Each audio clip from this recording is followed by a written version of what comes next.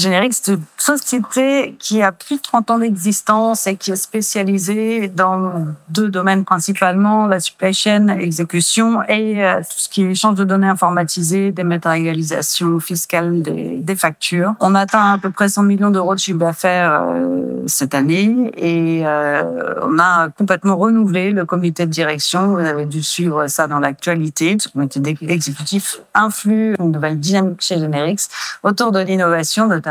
En 2025, en supply chain, on continue à déployer ce qui s'appelle la logistique 4.0. C'est basé sur le modèle assez industriel avec deux composantes majeures qui sont l'automatisation, la robotisation des opérations, on va dire répétitives et à faible valeur ajoutée pour apporter de la productivité et de la résilience dans les entrepôts.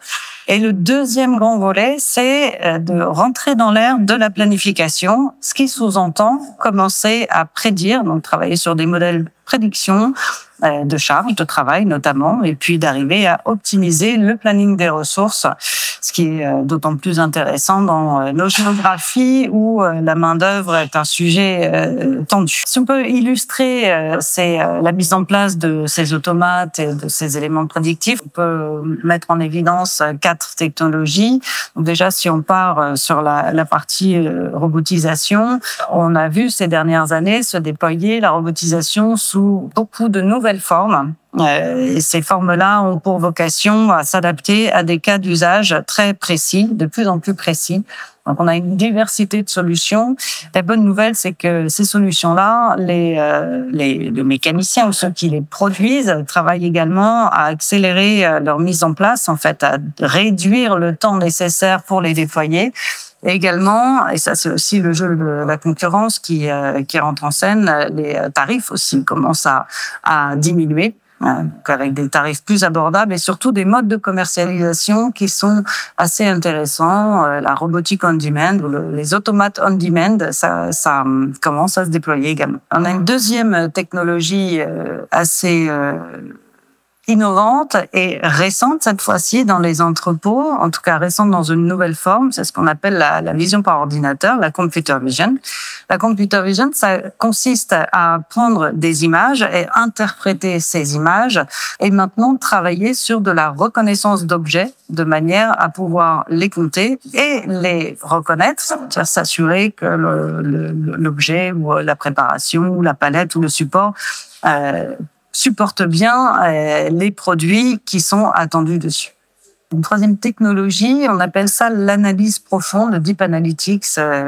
C'est aussi un sujet intéressant. Donc, on avait l'habitude de l'analyse autour d'indicateurs clés de performance qui finalement renvoient de l'information très utile, mais est assez statique dans le sens où là, ce que l'on fait faire maintenant à l'analytics avec de l'intelligence artificielle, ça va être de permettre que ces modèles apprennent des données d'historique, des comportements, puissent en déduire des formes de standards. Quel est le comportement type pour une opération?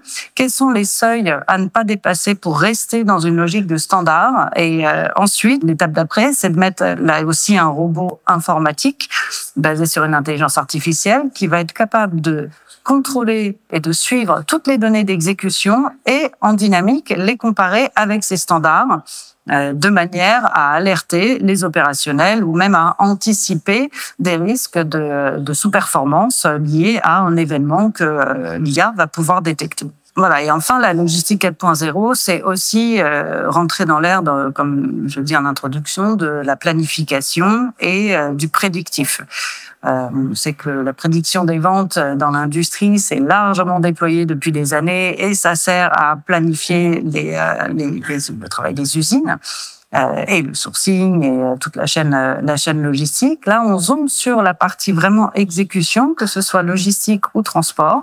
Et là aussi, on va chercher à prédire les charges de travail ou les volumes de transport, donc les charges de travail en entrepôt ou des volumes de transport, de manière à anticiper les besoins en termes de moyens de production de ces charges de travail.